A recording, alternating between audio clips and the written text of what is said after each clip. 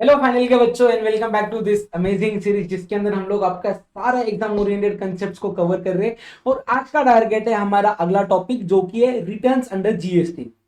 बहुत ही simple topic है समझने के लिए। एग्जाम में आए तो 2 to 3 मार्क्स आप लोगों के कंफर्म इस चैप्टर से अगर क्वेश्चन आता है तो काफी सिंपल है। चलो स्टार्ट करेंगे।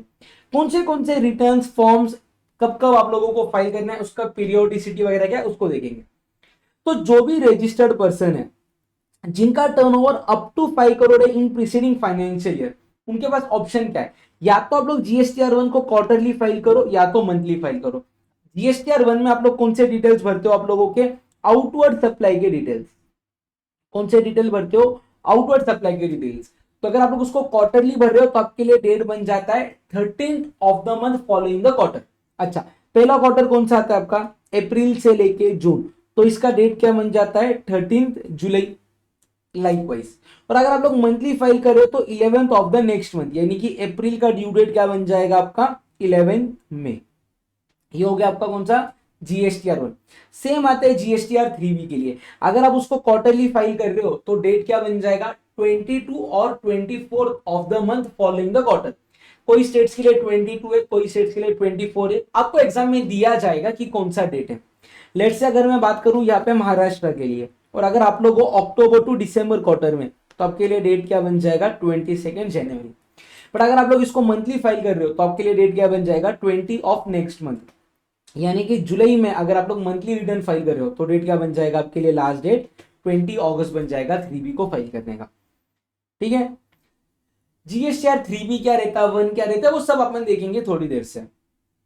तो जीएसटीआर 1 और 3B कौन फाइल नहीं करेगा, कॉम्पोजिशन टैक्स पे जो है वो फाइल नहीं करेगा, एनआरटीपी फाइल नहीं करेगा, जो बंदा टीडीएस कर रहा है या टीसीएस कर रहा है वो फाइल नहीं करेगा, इनपुट सर्विस डिस्ट्रीब्यूटर रहेगा वो फाइल नहीं करेगा, ऑनलाइन मनी गेमिंग OIDAR वाला बंदा आपका क्या फाइल नहीं करेगा, GSTR 3B फाइल नहीं करेगा। फिर बात करते हैं हम लोग कॉम्पोजिशन टैक्स पेयर की। कॉम्पोजिशन स्कीम में जो बंदा रिटर्न्स फाइल कर रहा है, ध्यान से देखना, टेबल के थ्रू मैं आप लोगों को समझाता हूं। अगर एक बंदा कॉम्पोजिशन डीलर है, कॉम्पोजिशन डीलर यानी कि कौन से सेक्शन में वो टैक्स पे कर रहा है, सेक्शन 10, उसको साल में पेमेंट जो है ना वो 4 टाइम्स करना है। पेमेंट कितनी बार करना है, 4 टाइम। और रिटर्न कितनी बार फाइल करना है उसको, बस एक बार रिटर्न फाइल करना है। पेमेंट 4 बार करेगा in form CMP 08, return file करेगा इन फॉर्म GSTR 4। पेमेंट कब करेगा, 18th of month following the quarter. यानी कि अगर समझो आपका क्वार्टर है अप्रैल से लेके जून वाला, तो इसका डेट क्या बन जाएगा पेमेंट का 18 जुलाई। अगर समझो आपका क्वार्टर है जुलाई से लेके सितंबर का, तो डेट क्या बन जाएगा 18 अक्टूबर, एंड लाइकवाइज। ठीक है। सेम वे पे GSTR 4 कब फाइल करने का, 30th June following the financial year. Let's say आपका फाइनेंशियल ईयर 24-25, तो इसके लिए डेट क्या बन जाएगा 30 जून 2025। जो फाइनेंशियल ईयर कंप्लीट हुआ उसके बाद में वाला 30 जून। अगर समझो आपके कोई भी ट्रांजैक्शन नहीं है एक पर्टिकुलर क्वार्टर में, तो भी आपको नील CMP 08 फाइल करना पड़ेगा। और अगर पूरे साल में कोई भी ट्रांजैक्शन अगर आप लोगों के नहीं है तो आपको नील GSTR 4 फाइल करना कंपलसरी है। फिर बात करेंगे on non resident taxable person यानी कि NRTP वाला बंदा, वो फाइल करेगा GSTR 5 13th of next month और 7 days after the last date of validity whichever is earlier. Online money gaming वाला GSTR 5A फाइल करेगा 20th of the next month. Input service distributor GSTR 6 file करेगा 13th of next month. TDS वाला file करेगा GSTR 7 10th of the next month. ECO not being an agent file करेगा GSTR 8 कब file करेगा 10th of the next month, है ना। फिर अगर कोई भी पर्सन है जिसके लिए एनुअल रिटर्न एप्लीकेबल है, एनुअल रिटर्न जो पर्सन को GSTR 1 और 3B एप्लीकेबल है उसके लिए एनुअल रिटर्न एप्लीकेबल है, एक्सेप्ट कैजुअल टैक्सेबल पर्सन। यानी कि कैजुअल टैक्सेबल पर्सन GSTR 1 और 3B फाइल करेगा बट एनुअल रिटर्न फाइल नहीं करेगा। वो छोड़ के जो भी पर्सन जिनको GSTR 1 और 3B एप्लीकेबल नहीं है, जैसे कि आप लोगों का कॉम्पोजिशन डीलर, TDS वाला पर्सन, TCS वाला पर्सन, OIDR वाला पर्सन, उनको GSTR 1 और 3B एप्लीकेबल नहीं है, सिमिलरली उनके लिए एनुअल रिटर्न एप्लीकेबल नहीं है। बाकी सब रेसिडेंट रजिस्टर्ड पर्सन जिनका एग्रीगेट टर्नओवर 2 करोड़ से ज्यादा है उनको GSTR 9 फाइल करना पड़ता है 31 December of next financial year के पहले। जो पर्सन को टीसीएस कलेक्ट करना है उसके लिए एनुअल रिटर्न रहेगा जीएसटीआर 9B, उसका भी डेट रहेगा 31 December of next financial year. अगर कोई भी पर्सन का एग्रीगेट टर्नओवर 5 करोड़ से ज्यादा जा रहा है वो 9C के अंदर self certified reconciliation statement file करेगा जीएसटीआर 9 के साथ। अगर आपका रजिस्ट्रेशन सरेंडर या कैंसिल हो रहा है आपको compulsory GSTR 10 final return file करना पड़ता है within 3 month from date of order of cancellation और date mention in order of cancellation whichever is later. Earlier नहीं आएगा इधर, विच एवर इज लेटर आएगा। और यूआईएन वाले बंदे को जीएसटीआर 11 फाइल करना पड़ता है। क्लियर है यहां तक? डन। अगर कमिश्नर चाहे तो डेट्स को बढ़ा भी सकता है। फिर आता है जीएसटीआर 1। देखो सबसे पहले ना जीएसटीआर 1 के अंदर आपको डिटेल्स कौन सी देनी होती है, सबसे पहले उसको समझ के लेंगे। देखो यहाँ पे चार्ट के थ्रू समझना, जीएसटीआर 1 में आप लोग आपके आउटवर्ड टैक्सेबल सप्लाई के डिटेल्स देते हो। आउटवर्ड टैक्सेबल सप्लाई के डिटेल्स देते हो। आउटवर्ड टैक्सेबल सप्लाई आपका दो टाइप का रहेगा, एक तो रहेगा B2B, दूसरा कौन सा रहेगा B2B, B2C। B2B को आपको इनवॉइस वाइज डिटेल्स अपलोड करनी पड़ती है। इनवॉइस वाइज क्या अपलोड करोगे? डिटेल्स। सुनो ना, इनवॉइस को अपलोड करना जरूरी नहीं है बट इनवॉइस वाइज डिटेल्स को देना जरूरी है। फिर B2C आएगा आप लोगों का, या तो इंट्रास्टेट रहेगा या तो कौन सा रहेगा? इंटरस्टेट। अगर इंट्रास्टेट है तो आप लोगों को रेट वाइज कंसोलिडेटेड डिटेल देनी है, रेट वाइज कंसोलिडेटेड डिटेल्स देनी है। और अगर समझो आप लोगों का इंटरस्टेट सप्लाई तो आप लोग क्या चेक करोगे? वैल्यू। अगर वैल्यू आप लोगों का अप टू 1 लाख है, वैल्यू ऑफ सप्लाई कितना है? अप टू 1 लाख, तो आप लोग क्या करोगे? Rate wise state wise consolidate करोगे, rate wise state wise consolidated amount डालोगे। और अगर आपका अमाउंट मोर देन 1 लाख है तो आप लोगों को इनवॉइस वाइज डिटेल अपलोड करनी पड़ेगी, इनवॉइस वाइज वहां पे डिटेल्स डालने पड़ेंगे। ये बन जाता है आपका जीएसटीआर 1 का कंटेंट। फिर क्या बोल रहे हैं कि आपको जीएसटीआर 1 फाइल कब नहीं कर सकोगे? तो अगर आपने पिछले टैक्स पीरियड का जीएसटीआर 3B अगर मंथली फाइल कर रहे हो तो मंथ का, या क्वार्टरली फाइल कर रहे हो तो क्वार्टर का 3B फाइल नहीं किया तो आप लोग इस पीरियड का जीएसटीआर 1 फाइल नहीं कर सकोगे। अगर समझो आप लोगों के अगेंस्ट रूल 88C या 88D का कोई भी नोटिस चल रहा है। अच्छा 88C क्या बोलता है? देखो ध्यान से, 88C बोलता है कि आपने पिछले टैक्स पीरियड का, लेट्स से अपन बात कर रहे हैं जून 2025 का आपको रिटर्न फाइल करना है। पिछला टैक्स पीरियड आपका था मई 2025।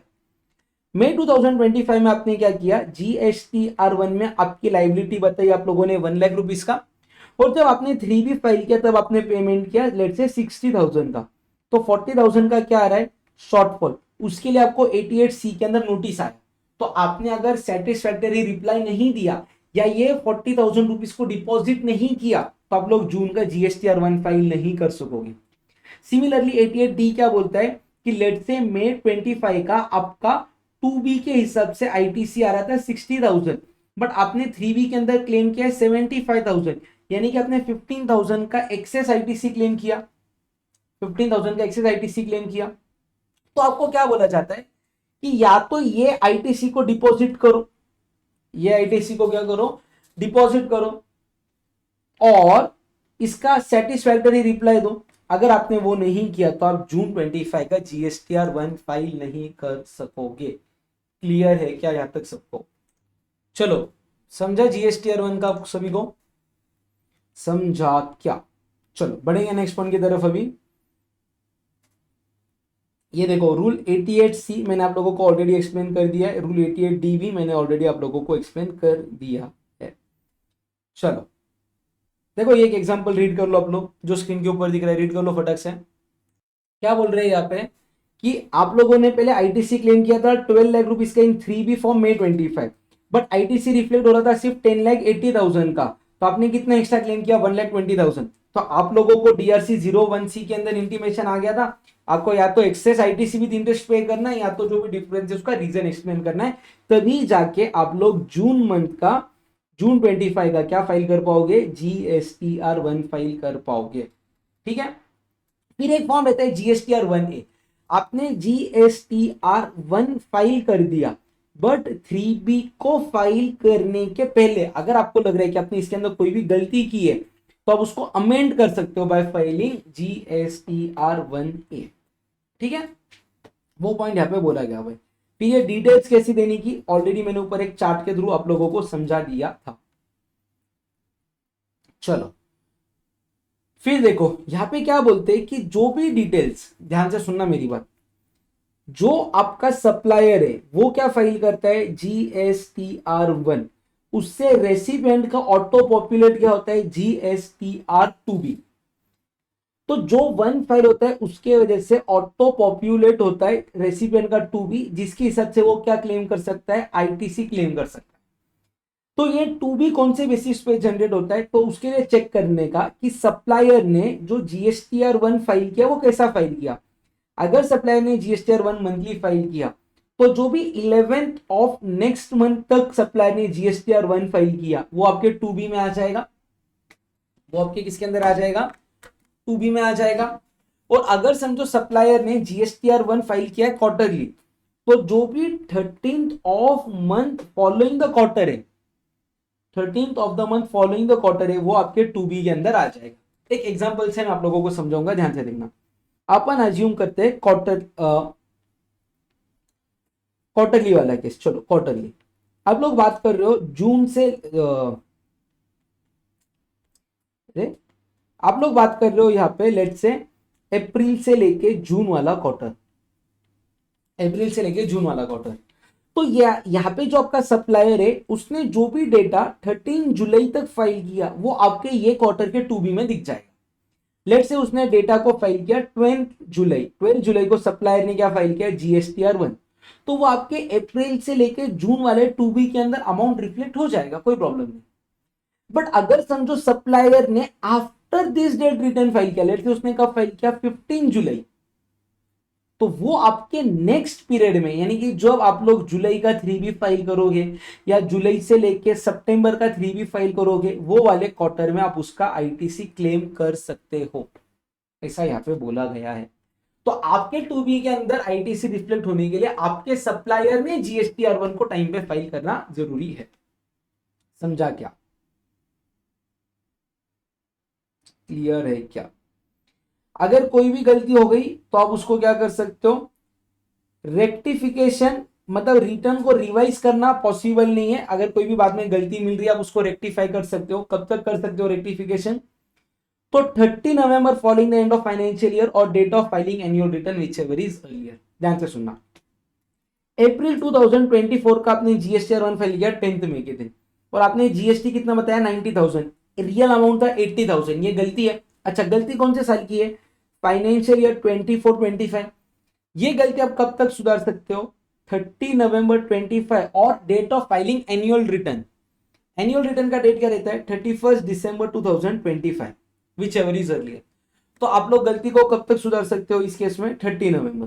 बट अगर आपने एनुअल रिटर्न को फाइल कर दिया, लेट से 15 अक्टूबर को फाइल किया, तो लास्ट डेट ऑफ रेक्टिफिकेशन क्या बन जाएगा 30 नवंबर और 15 October whichever is earlier. Earlier क्या आएगा फिर 15 अक्टूबर। समझा क्या? अगर किसी भी पीरियड में कोई भी ट्रांजैक्शन नहीं है तो भी आप लोगों को नील GSTR1 फाइल करना मैंडेटरी है। नील GSTR1 आप लोग SMS के थ्रू भी फाइल कर सकते हो। क्लियर है? चलो देखो, यूजुअली GSTR1 आप लोग पीरियड खत्म होने के बाद में फाइल करोगे, यानी कि जून महीने का GSTR1 आप कब फाइल करोगे, नेक्स्ट मंथ यानी कि जुलाई में उसको फाइल करोगे। बट अगर समझो आप लोग कैजुअल टैक्सेबल पर्सन हो या अगर आपका GST नंबर कैंसिल हो रहा है तो आप जून का GSTR1 जून के मंथ में भी फाइल कर सकोगे, कोई प्रॉब्लम नहीं है। ठीक है, GSTR1 के अंदर इनवॉइस वैल्यू 2 डेसिमल्स तक देना मैंडेटरी है आप लोगों को। फिर आता है आप लोगों का GSTR3B। अब इसको समझ के लेना 3B का फंक्शनिंग कैसे रहता है। देखो क्या होता है ना, यहाँ पे सप्लायर, यहाँ पे रेसिपिएंट। सप्लायर क्या फाइल करता है GSTR1, जिससे रेसिपिएंट का क्या जनरेट होता है GSTR2B। कहना इसे GSTR1 में आपका लाइबिलिटी फिक्स हो जाता है, कितना आपको अमाउंट पे करना है, और GSTR2B में आपका ITC कितना आप लोग क्लेम कर पाओगे वो ठीक हो जाएगा फिक्स। तो ये रेसिपिएंट ने भी किसी ना किसी को सप्लाई किया रहेगा, तो ये रेसिपिएंट ने भी GSTR 1 फाइल किया रहेगा। तो रेसिपिएंट को एक फॉर्म फाइल करना पड़ता है जिसको बोलते हैं GSTR 3B, जिसके अंदर जो भी आपका लाइबिलिटी है वो GSTR 1 के हिसाब से आ जाता है, और जितना भी ITC है वो किसके हिसाब से आ जाते हैं, GSTR 2B के हिसाब से आ जाता है। ध्यान से सुनना, GSTR 2B में आप लोगों को सिर्फ ITC दिखता है। आईटीसी क्या होता है, दिखता है। आईटीसी को क्लेम करने के लिए आप लोगों को कौन सा रिटर्न फाइल करना पड़ता है, GSTR 3B। तो GSTR 3B के अंदर आप लोग एक्चुअल में क्या करते हो, आईटीसी को क्लेम करते हो, या अगर कोई भी कैश का पेमेंट करना रहेगा तो कैश का पेमेंट कर सकते हो। GSTR 3B को दूसरा नाम है जिसको बोला जाता है आपका समरी रिटर्न। 3B को दूसरा नाम क्या दिया जाता है, समरी रिटर्न का नाम दिया जाता है। GSTR 3B के अंदर आप लोग रजिस्टर्ड पर्सन अपनी लाइबिलिटी को डिस्चार्ज करोगे इलेक्ट्रॉनिक कैश लेजर के थ्रू या इलेक्ट्रॉनिक क्रेडिट लेजर के थ्रू। ड्यू डेट क्या है, मंथली फाइल करोगे तो 20 of the next month, quarterly file करोगे तो 22 और 24 डिपेंडिंग आप कौन से स्टेट के अंदर। क्वार्टरली रिटर्न कौन फाइल कर सकता है, तो क्वार्टरली रिटर्न वो फाइल कर सकता है जिसका एग्रीगेट टर्नओवर कोई भी साल में, सॉरी पिछले साल में 5 करोड़ तक रहेगा वो ही। मतलब देखो मिस्टर ए का टर्नओवर फाइनेंशियल ईयर 24-25 में है 4 crore which is less than equal to 5 crore, तो वो फाइनेंशियल ईयर 25-26 में, ध्यान से सुनना, QRMP स्कीम के अंदर है। कौन से स्कीम के अंदर है, QRMP स्कीम। अच्छा QRMP का फुल फॉर्म क्या है, क्वार्टरली रिटर्न। गवर्नमेंट को आप रिटर्न क्वार्टरली फाइल करो, बट जो पेमेंट है वो कैसा हो रहा है, मंथली पेमेंट हो रहा है। पेमेंट कैसा हो रहा है यहाँ पे, मंथली पेमेंट हो रहा है। अच्छा सर, अगर वो ये वाले ईयर में लेट से बिजनेस कर रहा है अप्रैल से लेके जून, उसका टर्नओवर 5 करोड़ के नीचे, कोई प्रॉब्लम नहीं। जुलाई से लेके सितंबर टर्नओवर 5 करोड़ के नीचे, कोई प्रॉब्लम नहीं। उसका नवंबर में टर्नओवर अगर 5 करोड़ के ऊपर चला गया, तो नवंबर में जा रहा है, मतलब कौन से क्वार्टर में जा रहा है, अक्टूबर टू दिसंबर वाले क्वार्टर में टर्नओवर 5 करोड़ से ज्यादा जा रहा है, तो वो इस क्वार्टर में तो QRMP स्कीम में रहेगा। बट ये क्वार्टर खत्म होने के बाद में कौन सा मंथ आएगा उसका, जैन 2025, उसको quarterly return monthly payment scheme से बाहर आना कंपलसरी है। समझा। तो QRMP स्कीम उसी लोगों के लिए एप्लीकेबल है जिनका टर्नओवर पिछले साल अप टू 5 करोड़ है। अगर टर्नओवर 5 करोड़ तक जाते हैं कोई भी फाइनेंशियल ईयर में, तो वो क्वार्टर खत्म होने के बाद में का जो नेक्स्ट मंथ है उसमें आप लोग नॉर्मल वाली स्कीम के अंदर आ जाओगे। आपके पास ऑप्शन नहीं, आपको आना ही पड़ेगा। उसके बाद में क्या बोलते हैं, ये जो QRMP स्कीम है ना, ये GST वाइज है, ध्यान से समझ के लेना ये वाला पॉइंट। मतलब समझो आपका एक रजिस्ट्रेशन महाराष्ट्र में, दूसरा रजिस्ट्रेशन गुजरात है। सबसे पहले आपका एग्रीगेट टर्नओवर किसका चेक करना है, पूरे पैन कार्ड के ऊपर। लेट्स से इधर आपका टर्नओवर है 2 CR, इधर आपका टर्नओवर है 1 CR, टोटल टर्नओवर कितना हो गया 3 CR। तो हो सकता है आप महाराष्ट्र में QRMP स्कीम में टैक्स पे करो, गुजरात के अंदर आप लोग मंथली स्कीम के अंदर टैक्स पे करो, वैसा अलाउड है, कोई प्रॉब्लम नहीं। देखो यहाँ पे जब अपन बात करते हैं सेक्शन 10 और सेक्शन 9 की, तो वो एक पैन कार्ड के लिए यूनिफॉर्म रहना चाहिए। वो एक पैन कार्ड के लिए क्या रहना चाहिए, यूनिफॉर्म रहना चाहिए, वो सेक्शन 10 और सेक्शन 9। बट ये QRMP स्कीम आप GST वाइज चेंज कर सकते हो। अगर आपको लग रहा है कि कोई स्टेट में क्वार्टरली रिटर्न फाइल करना है, वहां पे क्वार्टरली करो। कहीं पे अगर आपको लग रहा है कि मंथली फाइल करना चाहिए, आप लोग वहां पे मंथली फाइल कर लो, कोई प्रॉब्लम नहीं है। देखो वापिस एक बात को समझ के लो, QRMP स्कीम के अंदर आप लोग पेमेंट रिटर्न कैसा फाइल कर रहे हो, क्वार्टरली। अच्छा चलो पहले रिटर्न के ऊपर बात करते हैं। आपके रिटर्न्स दो टाइप के रहते हैं। आपके रिटर्न्स दो टाइप के रहते हैं, एक रहता है आपका GSTR 1 और दूसरा कौन सा रहता है आपका GSTR 3B। अभी मान लो अगर आप लोग QRMP स्कीम के अंदर हो और आप लोग एक सप्लाई कर रहे हो लेट से अप्रैल से लेके जून क्वार्टर का, तो कहने से आप इसका रिटर्न कब फाइल करोगे, जुलाई मंथ में फाइल करोगे। और अगर आपने जुलाई में GSTR 1 फाइल किया तो ITC रेसिपिएंट को भी कब मिलेगा, कौन से GSTR 2B में मिलेगा, जब वो जून महीने का फाइल करने जाएगा 3B। समझा क्या, मतलब देखो क्या हो गया, एग्जाम्पल से समझो। आपका जो ट्रांजैक्शन है ना, आपका ट्रांजैक्शन वो कब हुआ, 10 अप्रैल 2025। आप जो सप्लायर हो, सप्लायर कौन से स्कीम के अंदर है, QRMP स्कीम।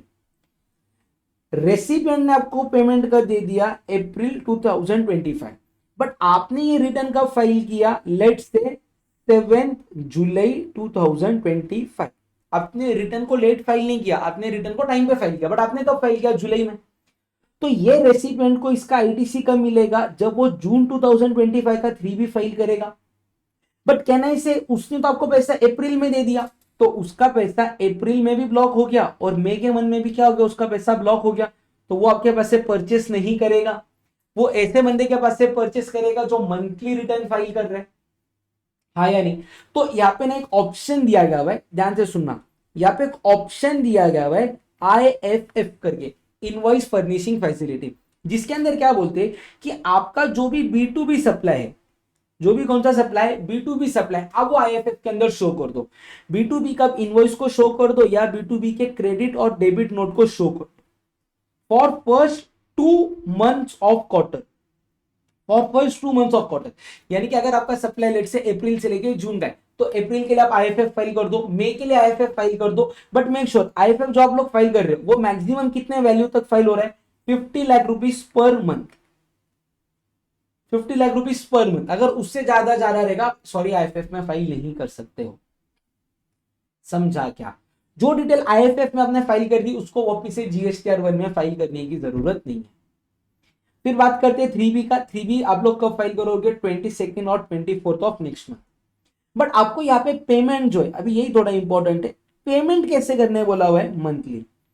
तो पेमेंट करने के आपके पास दो तरीके, आप या तो सेल्फ असेसमेंट मेथड पे पे कर सकते हो। सेल्फ असेसमेंट मेथड मतलब आप क्या करोगे, हर महीने का आपका लाइबिलिटी निकालोगे, माइनस ITC निकालोगे, जो भी शॉर्टफॉल आ रहा है उसको आप किस में पे करोगे? कैश। बट अगर समझो आपने एस्टिमेट किया था आपका लाइबिलिटी 100, ITC एस्टिमेट किया था 80, तो आपने कितना कैश में पे कर दिया? 20। वर्सेस जब आप एक्चुअल देख रहे हो आपका लाइबिलिटी आया 120, क्रेडिट आया 70, तो आपको कैश में कितना पे करना था? 50। यानी कि मैं बोलूं आपका शॉर्टफॉल कितना आ गया? 30 रुपीज का आ गया। तो ये 30 रुपीज के शॉर्टफॉल के ऊपर आपको क्या पे करना पड़ेगा? इंटरेस्ट पे करना पड़ेगा। समझा? वर्सेस यहाँ पे अगर समझो आपको फिक्स्ड सम मेथड का ऑप्शन दिया जाता है, कौन सा ऑप्शन दिया जाता है? Fixed sum method. तो मान लो अभी आपका करंट क्वार्टर कौन सा है? अप्रैल से लेके जून। कौन सा क्वार्टर है? अप्रैल से लेके जून। तो आप चेक करो प्रीवियस रिटर्न कैसे फाइल किया था। प्रीवियस प्रीवियस फाइल किया गया था लेट से आपका जनवरी टू मार्च, यानी कि प्रीवियस रिटर्न कैसा फाइल हुआ था? क्वार्टरली। या तो प्रीवियस रिटर्न आपका फाइल हुआ था सिर्फ मार्च के मंथ में, यानी कि कैसा फाइल हुआ था? मंथली। तो अगर क्वार्टरली फाइल हुआ था तो आप लोग चेक करोगे पूरे क्वार्टर का लाइबिलिटी कितना था। पूरे क्वार्टर का लाइबिलिटी था 100, आपने ITC से पेमेंट किया था 60, यानी कि कैश में कितना पेमेंट किया था आपने? 40। तो आप क्या करोगे, ये वाला जो क्वार्टर है ना, ये वाला क्वार्टर, इसमें अप्रैल मंथ में ये वाला जो कैश है ना, इसका 35% पे करोगे। तो आपको अप्रैल के मंथ में कितना पे करना पड़ेगा? 40 का 35%, 14 रुपीज। आपको मई के मंथ में कितना फाइल करना पड़ेगा? 35% of the cash paid in previous quarter, again 14 rupees. और जून में आपको कितना पे करना पड़ेगा? एट एक्चुअल कैलकुलेशन आपको पे करना पड़ेगा। वेरएस अगर समझो आपने पिछला रिटर्न मंथली फाइल किया था, तो मंथली लाइबिलिटी चेक करना कितनी है? लेट से 60 थी, और यहाँ पे आपके पास ITC था लेट से 40 रुपीज का, तो आपने कैश में कितना पे किया? 20। तो करंट क्वार्टर का जो फर्स्ट मंथ है, यानी कि अप्रैल में, आप लोग कितना पे करोगे? पिछले मंथ का जितना कैश कंपोनेंट था 20। मई मंथ में कितना फाइल करोगे? पिछले मंथ का जितना कैश कंपोनेंट था 20। जून में कितना फाइल करोगे? एक्चुअल। सर अगर यहाँ पे समझो 100 रुपीज का लाइबिलिटी था और क्रेडिट 160 रुपीज का था, तो हमने कैश में 0 पे किया रहता, तो यहाँ पे भी आपको कोई भी कैश पे करने की जरूरत नहीं रहती थी। सेम यहाँ पे अगर लाइबिलिटी 60 था, ITC 80 था, तो आपने कैश में तो पेमेंट 0 किया था, तो यहाँ पे आपको कुछ भी कैश पे करना जरूरी नहीं रहता था। समझा?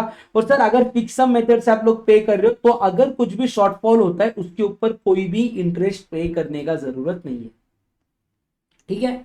उसके बाद में अगर आप लोग फिक्स सम मेथड पे पेमेंट कर रहे हो, तो जो फर्स्ट 2 मंथ्स ऑफ क्वार्टर है उसके लिए पेमेंट का डेट बन जाता है 25 ऑफ नेक्स्ट मंथ। या सॉरी, ये पेमेंट के लिए सब जगह पे, सब जगह पे फिक्स सम मेथड या सेल्फ असेसमेंट मेथड, डेट क्या बन जाता है? फर्स्ट 2 मंथ्स के लिए 25 ऑफ नेक्स्ट मंथ, और लास्ट वाला जो मंथ है, लास्ट मंथ है जो ऑफ क्वार्टर, उसके लिए डेट बन जाता है 3B वाला डेट। तो लेट से अपन अप्रैल से लेके जून क्वार्टर का एग्जांपल लेते हैं। तो अप्रैल के लिए डेट क्या बन जाएगा? 25 में। मई के लिए डेट क्या बन जाएगा? 25 जून। जून के लिए डेट क्या बन जाएगा? जो 3B का डेट है, यानी कि 22 और 24 जुलाई। ये आपके बन जाएंगे dates to file to make the payment. समझा क्या? ये था आपका पूरा GSTR 3B। GSTR 3B को ऑप्शन को एक्सरसाइज कब कर सकते हो? तो first day of second month of preceding quarter to the last date of the first month of the quarter. मतलब क्या, देखो अगर समझो मुझे अक्टूबर से लेके दिसंबर के मंथ में QRMP स्कीम में जाना है, तो जो इसका पिछला क्वार्टर है, पिछला क्वार्टर कौन सा रहेगा? जुलाई से लेके सितंबर। तो इसका जो सेकेंड मंथ है वो कौन सा था? अगस्त। तो मैं चालू कर सकता हूं 1 अगस्त से लेके करंट करंट क्वार्टर का फर्स्ट मंथ एंड यानी कि 31 अक्टूबर, ये पीरियड तक मैं सिलेक्ट कर सकता हूं QRMP स्कीम में आना या QRMP स्कीम से बाहर जाना। समझा गया? अच्छा, मतलब सर अगर ये क्वार्टर रहता आपका जो जैन से लेके मार्च, तो उसके लिए टाइम क्या बन जाता? तो पिछला क्वार्टर कौन सा था? अक्टूबर टू दिसंबर। उसका सेकेंड मंथ कब चालू होता है? 1 नवंबर। तो उसके लिए टाइम बन जाएगा 1 नवंबर से लेके ये जो करंट क्वार्टर है उसका लास्ट डेट यानी कि 31 जैन। ये टाइम बन जाता है आपको QRMP स्कीम में आने के लिए या QRMP स्कीम से जाने के लिए। आप लोगों ने एक बार जो भी स्कीम को फॉलो कर लिया, लेट्स से अगर आप लोग QRMP स्कीम में आ गए, तो आपको हर क्वार्टर में वापस से QRMP को ऑप्ट नहीं करना पड़ता है, वो कंटिन्यूस QRMP के अंदर ही माना जाएगा। और अगर एक बार आप लोग मंथली स्कीम के अंदर आ गए तो वो कंटिन्यूस मंथली माना जाएगा। अगर आपको QRMP में जाना है तो आपको वापस से एप्लीकेशन करना पड़ेगा। ठीक है? ठीक है क्या? ये आ गया आपका IFF वाला भी फैसिलिटी, जिसके अंदर इनवॉइस वैल्यू मैक्सिमम कितना आप लोग बता सकते हो? 50 लाख रुपए। वैल्यू कितना? 50 लाख इन ईच मंथ। ठीक है? IFF फाइल करने का डेट क्या है? 13th of the month following the month, यानी कि जून अप्रैल का रहेगा तो 13 मई का रहेगा तो 13 जून। जून के लिए IFF नहीं आएगा, जो लास्ट मंथ ऑफ क्वार्टर है तो GSTR 1 फाइल करोगे। और जो इनवॉइसेस आप लोगों ने ऑलरेडी बताए हुए हैं पहले, उसको वापिस से बताने की जरूरत नहीं है। ठीक है? फिर ये आता है मंथली पेमेंट ऑफ टैक्स। इसके अंदर दो ऑप्शन रहते हैं, फिक्स्ड सम मेथड जो मैंने ऑलरेडी आप लोगों को एक्सप्लेन कर दिया, और दूसरा कौन सा रहता है? Self assessment method. Self assessment method के अंदर आप लोगों को इंटरेस्ट पे करना पड़ेगा, फिक्स सम मेथड में कोई भी इंटरेस्ट नहीं लगेगा। Interest for a registered person fix sum method के अंदर कर रहा है तो कुछ भी इंटरेस्ट नहीं लगेगा, कहीं तो लिखा रहेगा, हाँ ये देखो नो इंटरेस्ट। और अगर समझो आप लोग सेल्फ असेसमेंट मेथड पे कर रहे हो तो वहां पे कितना इंटरेस्ट लगेगा? 18% के हिसाब से इंटरेस्ट लगेगा। ठीक है? चलो, उसके बाद में लेट फी पहले जो 2 मंथ ऑफ क्वार्टर उसमें लेट फी आएगा नहीं, क्योंकि रिटर्न फाइल करने का रिक्वायरमेंट था ही नहीं। जो लास्ट मंथ के लिए आप लोगों ने रिटर्न फाइल किया उस पर लेट फी लगा तो लग सकता है। एरर को कब तक आप लोग रेक्टिफाई करोगे 3B को? तो सेम जो फाइनेंशियल ईयर एंड हो रहा वहां से 30 नवंबर और date of annual return whichever is earlier. मतलब अगर समझो वापिस से एक बार, अगर मैं बात करूं फाइनेंशियल ईयर 25-26 की, तो इसका एनुअल रिटर्न का डेट क्या है? 31 दिसंबर 2026। मैं इसकी गलती कब तक सुधार सकता हूँ? 30 नवंबर 2026 और 31 दिसंबर 2026 which ever is earlier. Usually 30 नवंबर रहेगा।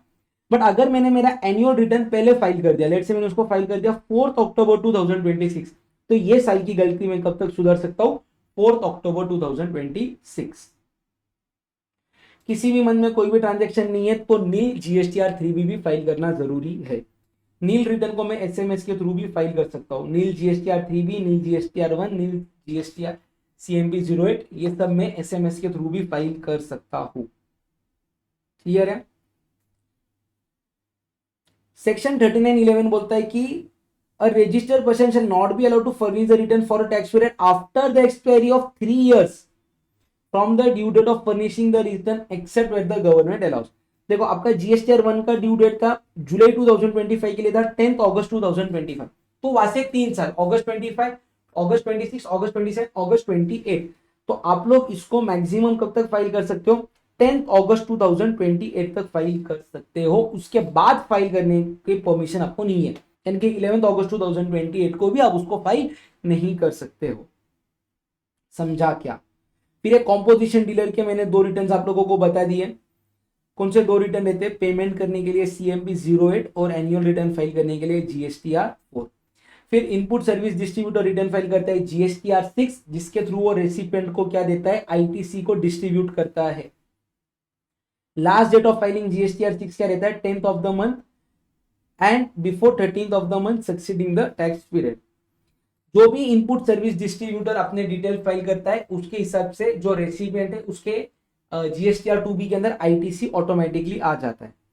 अगर कोई भी रिवर्स चार्ज का सप्लाई करना है तो वो ISD नहीं करेगा, रिस्पेक्टिव रेसिपिएंट ही RCM वाला पेमेंट करेगा। क्लियर है? जिसके पास UIN नंबर है वो GSTR 11 के अंदर रिफंड को क्लेम कर लेगा। फिर आता है फर्स्ट रिटर्न। फर्स्ट रिटर्न सबसे पहले कितने दिन के अंदर फाइल करना है, या क्योंकि फर्स्ट रिटर्न का मतलब क्या है वो समझ के लो। ठीक है, देखो आप लोग 10th जून 2025 के दिन हो गए थे liable for registration. Liable for registration आप लोगों ने एप्लीकेशन किया 22 जून 2025, और आपको जो नंबर है वो मिल रहा है नंबर लेट से 2 अगस्त 2025। तो आपके लिए इफेक्टिव डेट ऑफ रजिस्ट्रेशन क्या बन जाएगा, 10th जून 2025। बट आपको रजिस्ट्रेशन नंबर कब मिल रहा है, 2 अगस्त के दिन। अभी मैं जून महीने की बात करूं तो जून का GSTR 1 का ड्यू डेट क्या था, यहाँ पे वो था आपका जुलाई। लेट से आपके लिए वो था 11 जुलाई, हाँ या नहीं। बट आपको नंबर ही 2 जून को मिल रहा है, तो आपने ये डेट पे ऑफकोर्स रिटर्न फाइल नहीं किया रहेगा। तो अगर कोई ऐसा केस आता है जहां पे आपको रजिस्ट्रेशन नंबर बाद में मिलता है विद इफेक्ट फ्रॉम कोई भी पहला वाला दिन, तो ये पीरियड के लिए जो भी रिटर्न आप लोग फाइल करते हो इसको क्या बोला जाता है, आपका फर्स्ट रिटर्न। देखो, when a person becomes liable to registration after his turnover crosses the threshold limit, और उसने अप्लाई किया रजिस्ट्रेशन के लिए for 30 days, there might be a time lag between the person becoming liable and grant of certificate. ये period में जितने भी उसने आउटवर्ड सप्लाई किए रहते हैं, यानी कि after becoming liable for registration but before grant of registration certificate, वो सारे डिटेल्स उसको किसके अंदर बताने पड़ते हैं, फर्स्ट रिटर्न के अंदर, जिसके लिए वो क्या इशू करेगा, revise tax invoice within a period of 1 month from date of issuance of certificate. और वो रिटर्न सारे डिटेल्स आपके चले जाएंगे GSTR, मतलब फर्स्ट रिटर्न के अंदर चले जाएंगे डिटेल्स। फिर आता है एनुअल रिटर्न। एनुअल रिटर्न, अगर आपका एग्रीगेट टर्नओवर किसी भी साल में 2 करोड़ से ज्यादा है तो आपको मैंडेटरी एनुअल रिटर्न फाइल करना है। बट जो लोग जिनको GSTR 1 बोल दो या 3B बोल दो प्लस कैजुअल टैक्सेबल पर्सन, उनको एनुअल रिटर्न फाइल करने की जरूरत नहीं है। अच्छा, 1 और 3B किसको फाइल नहीं करना है, कॉम्पोजिशन डीलर, TDS वाला बंदा, TCS वाला बंदा, इनपुट सर्विस डिस्ट्रीब्यूटर वाला, OIDAR वाला बंदा, तो इनको एनुअल रिटर्न भी फाइल करने की जरूरत नहीं है। फिर आता है एक आपका सेल्फ सर्टिफाइड रिकंसिलिएशन स्टेटमेंट, जो कि रहता है GSTR 9C। अगर एग्रीगेट टर्नओवर एक पर्सन का, अगर किसी भी पर्सन का एग्रीगेट टर्नओवर 5 करोड़ के ऊपर जा रहा है तो उसको GSTR 9 के साथ साथ GSTR 9C self reconciliation statement भी बताना पड़ता है, जिसके अंदर वो जितना भी value of supply annual return के अंदर फर्निश किया है उसको मैच करेगा ऑडिटेड फाइनेंशियल स्टेटमेंट के साथ। समझा क्या? अगर आप लोग रिटर्न फाइल नहीं करोगे तो रूल 46 के अंदर आपको नोटिस टू डिफॉल्टर बोल के आ जाएगा।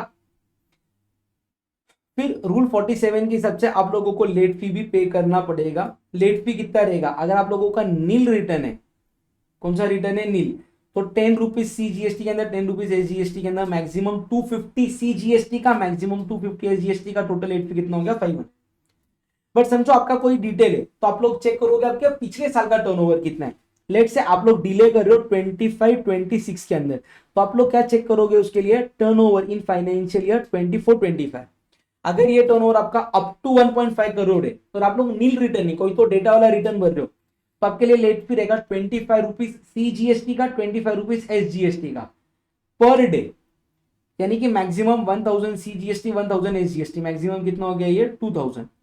अगर आपका पिछले साल टर्नओवर 1 करोड़ से 5 करोड़ के बीच में, तो आपको लेट फी लगेगा 25 rupees per day, 25 rupees per day, 25 CGST, 25 GST, मतलब 50 रुपीज पर डे मैक्स, और 2500 प्लस 2500 यानी कि 5000 पर डे मैक्सिमम। ठीक है, और अगर registered person required to collect TDS under section 51 रहेगा, उसके लिए क्या रहेगा, 25 rupees per day CGST, 25 rupees per SGST, यानी कि टोटल 50 हो गया। मैक्सिमम कितना हो गया ये यहाँ पे 2000 हो गया। इनपुट सर्विस डिस्ट्रीब्यूटर के लिए भी दिया हुआ है, NRTP के लिए भी दिया हुआ है, और ये registered NRTP who has the CGST liability payable, मतलब ऊपर नीले नीचे पेएबल है, उसके लिए लाइबिलिटी दिया है। चांसेस एग्जाम में बहुत कम है इसके ऊपर क्वेश्चन आने के, आप लोग इसको एक बार रीड कर सकते हो। क्लियर है यहाँ तक? चलो बढ़ेंगे अब अगले पॉइंट की तरफ। अगर आपने एनुअल रिटर्न फाइल करने में डिले कर दिया और अगर आपका aggregate turnover up to 5 crore है तो लेट फी लगेगा 25 रुपीज और 0.2% ऑफ टर्नओवर, और अगर टर्नओवर आपका 5 करोड़ से ज्यादा है, अप टू 20 करोड़ है, लेट फी लगेगा 50 रुपीज पर डे और 0.02% ऑफ टर्नओवर इन स्टेट और टेरिटरी। चलो लास्ट कंसेप्ट है अपना ये वाला टॉपिक का, जो कि बात करते हैं जीएसटी प्रैक्टिशनर्स के बारे में। जीएसटी प्रैक्टिशनर बेसिकली कोई गवर्नमेंट के ऐसे लोग रहते हैं या तो जो जीएसटी डिपार्टमेंट के साथ रजिस्टर्ड है। क्यों रजिस्टर करते हैं? क्लाइंट की मदद करने के लिए। तो एक तो सबसे पहले जीएसटी प्रैक्टिशनर कौन कौन बन सकता है? बंदा इंडियन सिटीजन चाहिए, साउंड माइंड का चाहिए, इंसॉल्वेंट नहीं चाहिए, कोई भी कोर्ट ने उसको कन्विक्टेड डिक्लेयर नहीं करना चाहिए, उसने कोई भी एक कंडीशन को सेटिस्फाई करना चाहिए, रिटायर ऑफिसर रहना चाहिए कमर्शियल टैक्स डिपार्टमेंट का, जिसके पास काम करने का एक्सपीरियंस 2 साल से ज्यादा है, in a post not lower than group B के जो भी ऑफिसर्स है वो, या तो सेल्स टैक्स प्रैक्टिशनर रहना चाहिए, नहीं तो टैक्स रिटर्न प्रिपेयर रहना चाहिए कोई भी दूसरे इनडायरेक्ट टैक्स लॉ के अंदर 5 साल से ज्यादा के लिए, या तो उसके पास कोई भी नीचे दिया गया वो क्वालिफिकेशन चाहिए। क्वालिफिकेशन के लिए उसके पास ग्रेजुएट या तो पोस्ट ग्रेजुएट की डिग्री चाहिए in commerce including higher auditing और बिजनेस एडमिनिस्ट्रेशन और बिजनेस मैनेजमेंट का सर्विसेज, या तो उसके पास डिग्री एग्जामिनेशन चाहिए फॉरेन यूनिवर्सिटी का जिसको कोई भी इंडियन यूनिवर्सिटी के इक्विवेलेंट माना गया हुआ है, या तो उसने गवर्नमेंट के दिए गए एग्जामिनेशन को पास करना चाहिए, या तो उसने फाइनल ऑफ सीए सीएस और सीए में क्लियर कर देना चाहिए। कौन से एक्टिविटीज जीएसटी प्रैक्टिशनर कर सकता है? वो आपके बिहाफ पे आउटवर्ड टैक्सेबल सप्लाई कर सकता है, मंथली, क्वार्टरली, एनुअली और फाइनल रिटर्न फाइल कर सकता है, यानी कि जीएसटीआर 3 भी फाइल कर सकता है मंथली, क्वार्टरली या एनुअली जीएसटीआर 9 फाइल कर सकता है, आपके बिहाफ पे कैश लेजर के अंदर पैसा डिपॉजिट कर सकता है, आपके बिहाफ पे रिफंड को भी क्लेम कर सकता है, रजिस्ट्रेशन अमेंड और कैंसिल कर सकता है, आपके बिहाफ पे ई वे बिल बना सकता है। ठीक है क्या? अगर जीएसटी प्रैक्टिशनर बोल के आप लोगों को एनरोल करना रहेगा तो आपको कॉमन पोर्टल पे जाके, मतलब एक जो भी पर्सन है जिसको जीएसटी प्रैक्टिशनर बनना है उसको कॉमन पोर्टल पे जाके अपने आपको एज ए जीएसटी प्रैक्टिशनर वहां पे एनरोल करना पड़ेगा। क्लियर है? चलो बस एक लास्ट सेक्शन है 155, ये बोलते कि अगर रजिस्टर्ड पर्सन तुम लोगों ने आईटीसी क्लेम किया तो ये आईटीसी क्लेम करने का जो बर्डन है, जो प्रूफ देना है कि तुम लोग आईटीसी क्लेम कर रहे हो, सही तरीके से कर रहे हो, वो रजिस्टर्ड पर्सन पे रहेगा। पूरे चैप्टर में से अगर मैं बोलूं तो सबसे इंपॉर्टेंट आप लोगों के लिए है यहाँ पे QRMP स्कीम, जिसको मैंने डिटेल में आप लोगों को बताया। क्लियर है? वीडियो पसंद आ रहा है तो बस एक छोटा सा लाइक कर दो, कमेंट कर दो और आपके सभी फाइनल स्टूडेंट्स के साथ वीडियो को शेयर जरूर कर देना। चलो next for the day guys, see you all in next video, bye bye.